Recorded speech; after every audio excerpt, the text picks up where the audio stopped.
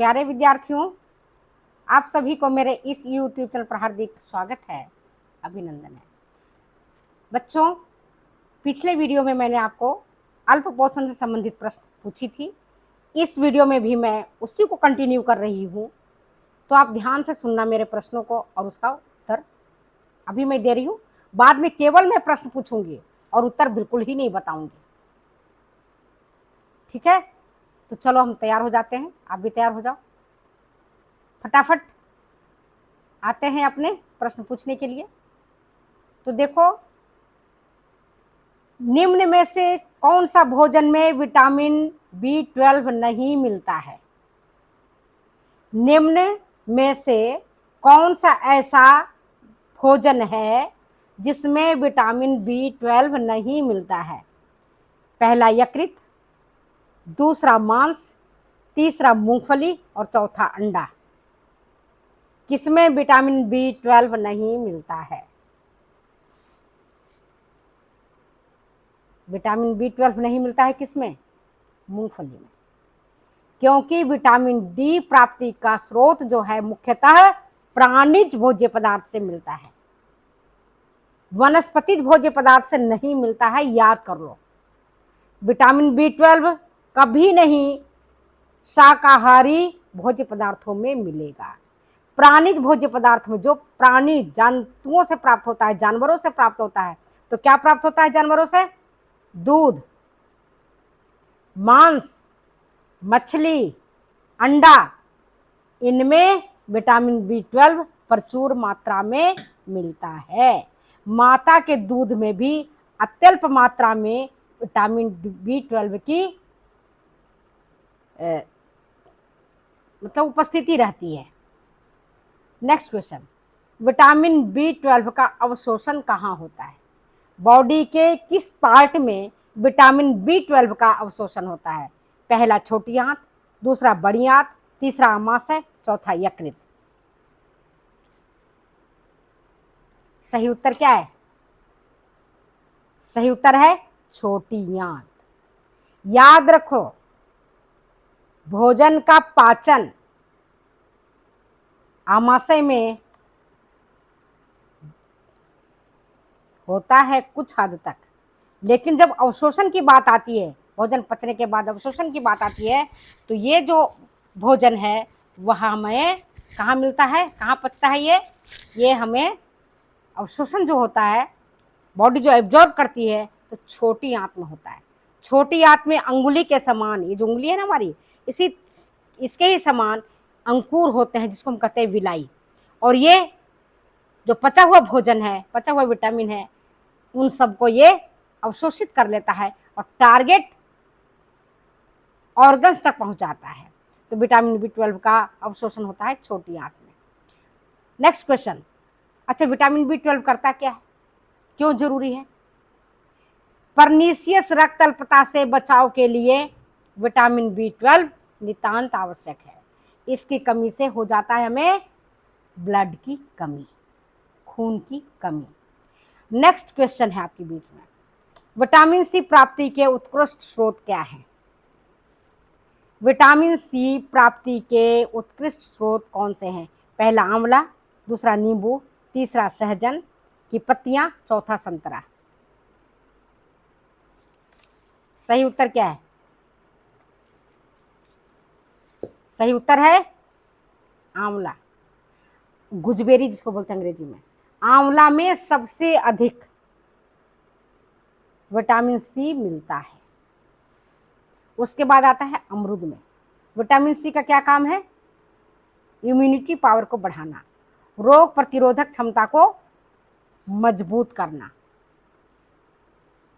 सहजन की पत्तियां, मूली की पत्तियां, इनमें भी खूब मात्रा में विटामिन C मिलता है। और सहजन की पत्तियों का तो पराठा हमारे प्रधानमंत्री माननीय मोदी जी को बहुत पसंद है। उसका चूर्ण पैकेट में करके कंपनियां बेचती है मोरिंजा के नाम से। मोरिंजा उन्होंने देखा नहीं होगा, लेकिन बेचती जरूर है। नेक्स्ट क्वेश्चन, प्राणिज भोज्य पदार्थों में कौन सा विटामिन नहीं के बराबर पाया जाता है? प्राणिज भोज्य पदार्थों में कौन सा विटामिन नहीं के बराबर पाया जाता है? पहला विटामिन B12, दूसरा फॉलिक अम्ल, तीसरा विटामिन C, चौथा विटामिन D। कौन सा नहीं मिलता है बताओ?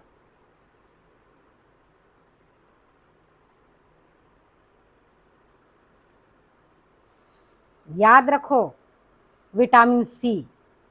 प्राणिज भोज्य पदार्थों में विटामिन C बिल्कुल ही नहीं मिलता है। जैसे वनस्पतिज भोज्य पदार्थों में विटामिन B12 नहीं मिलता है, उसी प्रकार से विटामिन C प्राणिज भोज्य पदार्थों में बिल्कुल ही नहीं मिलता है। ये स्मरण रखना, याद रखना, टिप्स है। नेक्स्ट क्वेश्चन, खनिज लवण का मुख्य काम क्या है? निर्माणात्मक, दूसरा नियामक, तीसरा ऊर्जा उत्पादक, चौथा केवल A एवं B। सही ऑप्शन क्या है? सही ऑप्शन है निर्माणात्मक और नियामक। ऐसे मुख्य काम ये नियामक रेगुलेटरी फंक्शन करता है, पर निर्माणात्मक भी होता है। जैसे लोहा हीमोग्लोबिन के निर्माण में सहायक है, कैल्शियम जरूरी हड्डियों के निर्माण के लिए, दांतों के निर्माण के लिए, फास्फोरस जरूरी है, थायरॉक्सिन हार्मोन के निर्माण के लिए आयोडीन जरूरी है। नेक्स्ट क्वेश्चन, विश्व स्वास्थ्य संगठन की परिभाषा के अनुसार स्वास्थ्य के मुख्य अवयव कौन से हैं? शारीरिक स्वास्थ्य, मानसिक स्वास्थ्य, सामाजिक स्वास्थ्य या उपरोक्त सभी?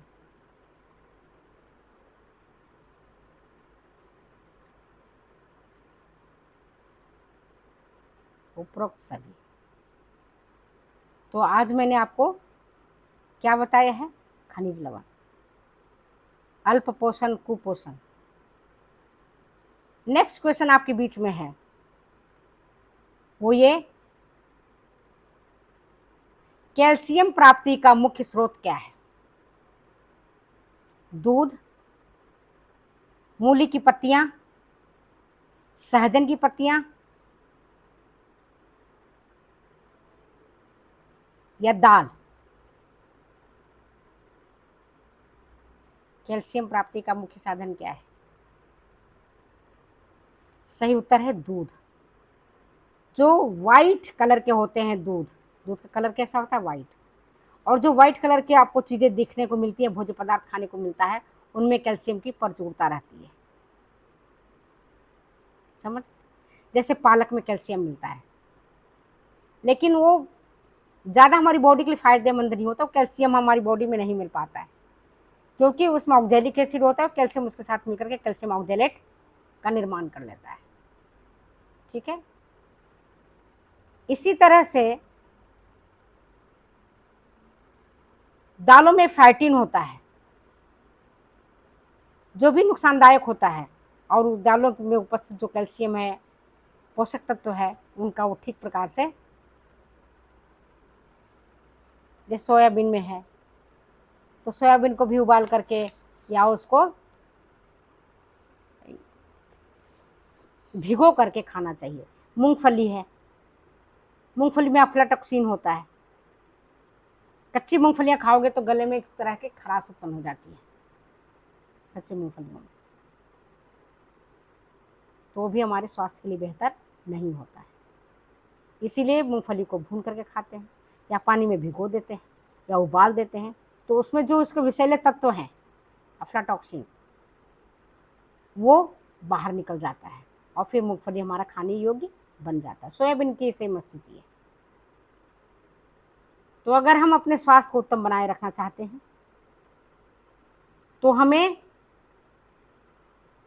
मुख्य चीज़ों पर विशेष ध्यान देना पड़ता है। और जो बच्चे लैब असिस्टेंट की पढ़ाई कर रहे हैं, दे रहे हैं परीक्षाएं, प्रतियोगिता परीक्षा दे रहे हैं, उनके लिए तो नितांत आवश्यक है कि डेप्थ स्टडी करें। आपने मुझसे कई बार रिक्वेस्ट किया, कई बच्चों को रिक्वेस्ट है, मैडम MCQ रोज करवाइए, रोज करवाइए, रोज करवाइए। मैं तो MCQ करवा देती हूँ, लेकिन आप पढ़ोगे तब तो। मेरी पढ़ाई आपको कितनी काम आएगी?